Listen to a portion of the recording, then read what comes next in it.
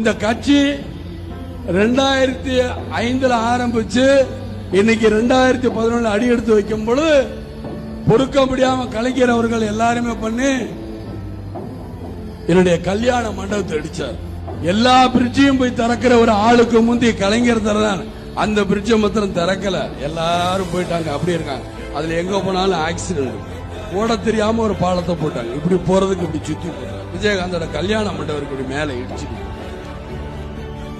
முடிஞ்சு போச்சுன்னு அதெல்லாம் கவலைப்படல. அதுலயும் என்னை நஷ்டப்படுத்தினாங்க.